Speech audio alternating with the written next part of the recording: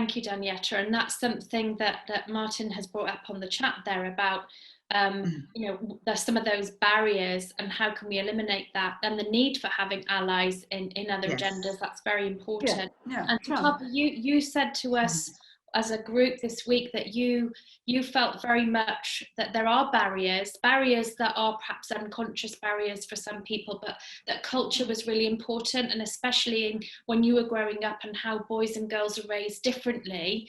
But what are the barriers? I think what's coming out on the chat is that people want to know, with those barriers, how can we get over those and work to eliminate them?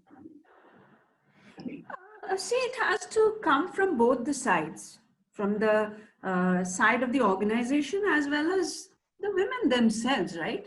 Because we are looking at having balanced workplaces, which is enriched by the different perspectives which men and women bring into that place, right?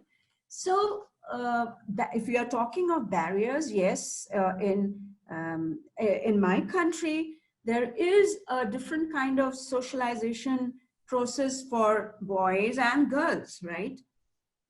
And then I have noticed during my years as a practicing security specialist, I found that there is a subculture of silence and victim blaming, right? So, you know, if something goes wrong with a woman or a girl, she's asked to keep quiet about it, presuming that things are going to get better with the passing of days. Well, it doesn't happen, right? And then there's the subculture of victim blaming, you know.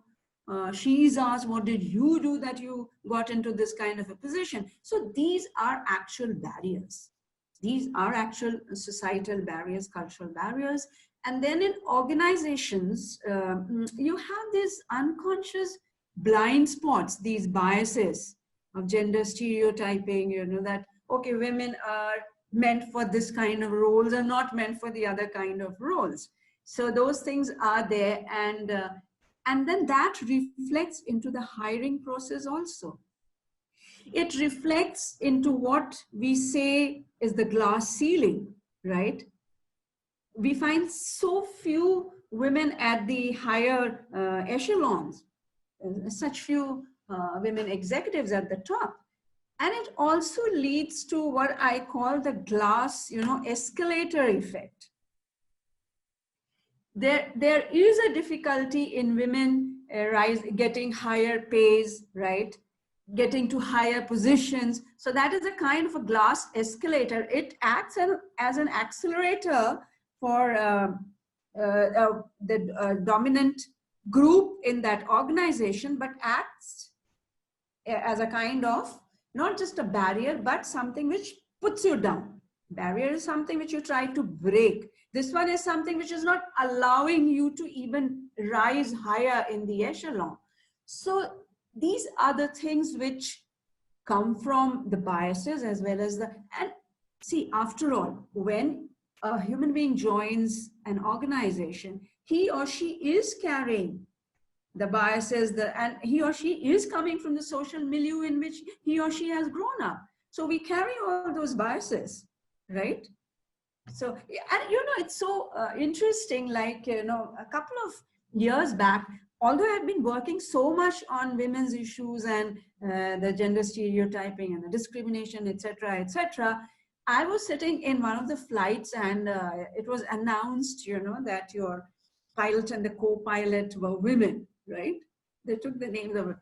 And, you know, for a moment, you know, I said, oh my God, in my mind. And then, you know, I kind of slapped myself and I said, look, you are the one who is advocating all these things. So see, somewhere we imbibe all these cultural things as we grow up. So it's very important that we unlearn all these things and relearn the right narrative. We need to change the narrative, basically. Exactly, and a lady in the chat has said that about, you know, women like the pilots that you want to cheer. Yes, we've got a female pilot. And you know, if you have a first female boss like we do of some major corporations that hit the news, they hit the news, they're news stories. Yeah, we should celebrate that the first time, but maybe not the second, third, or fourth time, but to recognize that is important. And Dr. Reem, I'm interested because in your bio, you say about the sky not being the limit and these barriers that Sutapa's talking about of the ceiling and the escalator. What's your thoughts on breaking those barriers and boundaries? First of all, I want to start that we are not Marvel superheroes. We're just normal women, totally human. There's no some chips that Elon Musk has been talking about. We do not have this chip within our brains. We're just normal women who have our own flaws, and we do mistakes and we do fall sometimes. But the thing that makes us here today is that when we rise from a fall, we rise even stronger than before, and we learn. And we keep learning, and even when we go down, and we have feelings. So sometimes you will find that burnout. You will find us sometimes disconnected. We do have our ecosystem that supports us and brings us back, and we have faith in that one. So having the sky is not the limit. I can still go beyond the sky because I can see the sky is cloud, but I can reach to the galaxy. I can reach with my dreams. Coming from a Middle East culture and even very much proud of my identity, many peers or many ladies from the similar culture would think I will never make it. If she wasn't myself, she said, in order for me to be that advocate, I need to look like certain looks in order for me to be able to make it. Forgetting that the real jewel is in your brains and in your heart and passion. So once you have these two aligned, your hands will kick in by default. And for me, I was blessed and still blessed with a great family, supporting family. My mom was always pushing me for above and beyond. It was very much challenging for me to finish PhD, even with having a family and a very critical role in Kuwait Oil Company. But I did my PhD during that, and it was taking so much time and balancing or raising a family. But having that ecosystems, which is very, very crucial to support, and the family role plays a great role in reaching that beyond the sky. Again, it all comes from your within, and my friends keep talking and telling me, sometimes Reem, we feel embarrassed because we don't have like that much kids, or we don't have that much responsibilities like in your job, but we're not doing as much as you are. And this really makes us embarrassed because it says that we can do it, because you're doing even much more, and then it really backs to us. So being able to have that faith in yourself and God, Allah subhanahu wa ta'ala, and my purpose, and I have that written in my mirror every time I wake up, I see it, that my purpose is to become a good person in this society, to contribute. So when I leave, there's a good impact I leave behind, and my kids will be told of what a great human being their mother was. And I'm trying also to keep the same seed, plant them within themselves, that let's try always to make this place a better place. And this is what really keeps me giving above and beyond. But again, being able to pass these barriers doesn't mean we are superheroes, doesn't mean we have special powers. It means that we have a great passion, a firing passion that keeps always evolving and gets stronger every time we fall. And we go into burnouts, several burnouts, okay? But yet, the love and the passion will always make everything possible, as long as you have that passion of fire to contribute, to give more to the society without waiting for returns. Because if you wait for returns, you will get devastated. As Sutapa said, you will get pulled down because you say, why are they doing that? I'm being so nice. They should be giving me this back. They should be saying, you're doing an excellent job. But instead of saying why, and this is what, for me, a great lesson, because I was in one of my deepest burnouts, and that statement when I say, stop saying why, say, what did I learn from that situation? So I switched the why with the what, and I realized that there are so much lesson taken from that. Instead of just hovering or looping around myself saying why and why, I said, what did I learn from that? And that was my go ahead, my way forward, and going out from that burnout fall. So we need always to say, stop saying why, and say, what did I learn from that? And let's not expect a lot from others. Let's just keep giving. And God, Allah will give you in return much, much more than you even expect, because you will see it in your life, you will see it in your kids' success, you will see it in your beloved one's success, and even at the afterlife, a good reputation that stays forever. That's amazing. Thank you, Dr. Reem. You're actually getting applause in the chat bar, and you have already been inspiring people, and we're only halfway through this call. So thank you so much. I'm loving what you're saying there, because we are not superheroes, but I think we have this work ethic, as somebody brought up in the chat as well.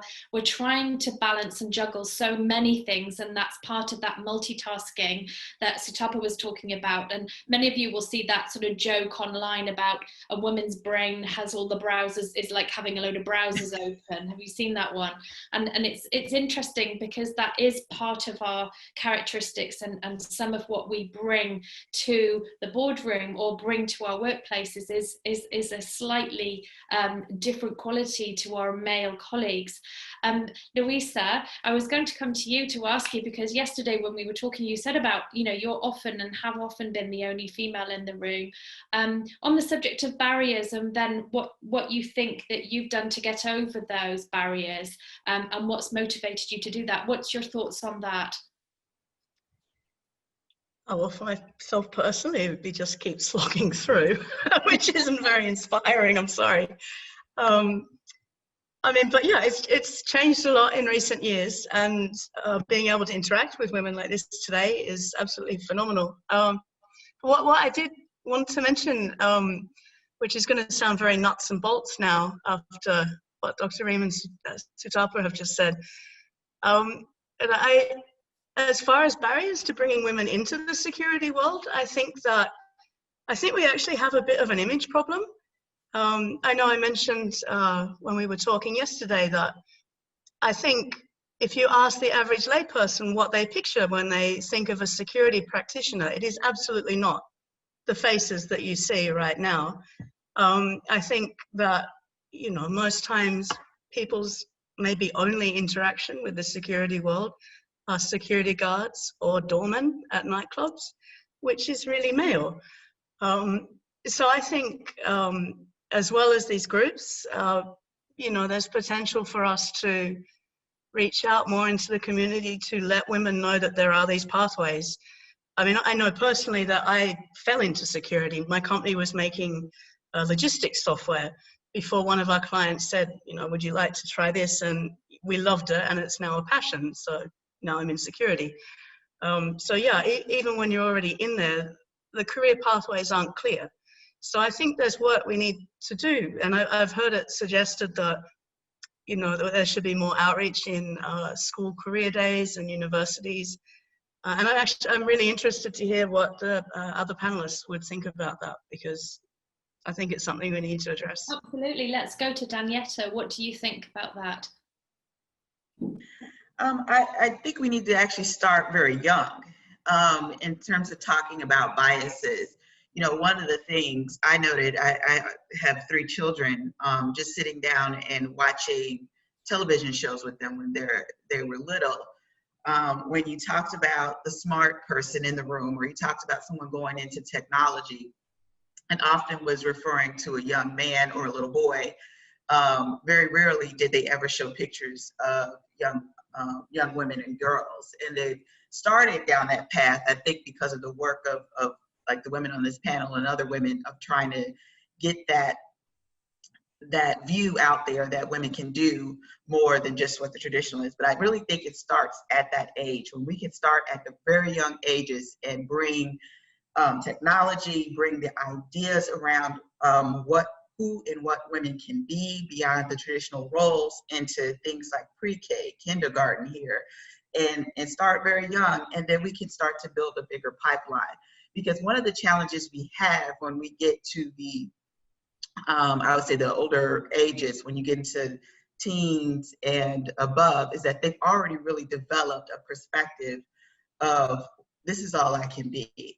And, as Dr. Reem was speaking to, they're seeing the sky as the limit. They're not really seeing images and pictures that it affirmed that, yeah, I can go into security, I can have a voice, you can hear me, and I can actually be effectual in it. And what you don't see, you can't ever really be. And so I really think that in order for us to really build out a strong pipeline, we've actually got to start well before we get to the pieces that we're dealing with in our organizations. We're starting at kindergarten, we're starting at pre-K, and starting to let them see women like us starting to demand in our environments that they have the opportunity to see themselves in a roles that's not traditional. You know, it's beautiful. I enjoy being a mom, and I think that's an aspect to security that for those of us that have that opportunity that we bring. But more importantly, I think that when you show individuals online and you show them on these shows and radio and things like that, that they have to be able to see that you're an engineer, that you can be smart too. You know, one of my favorite movies recently was dealing with, what was it called?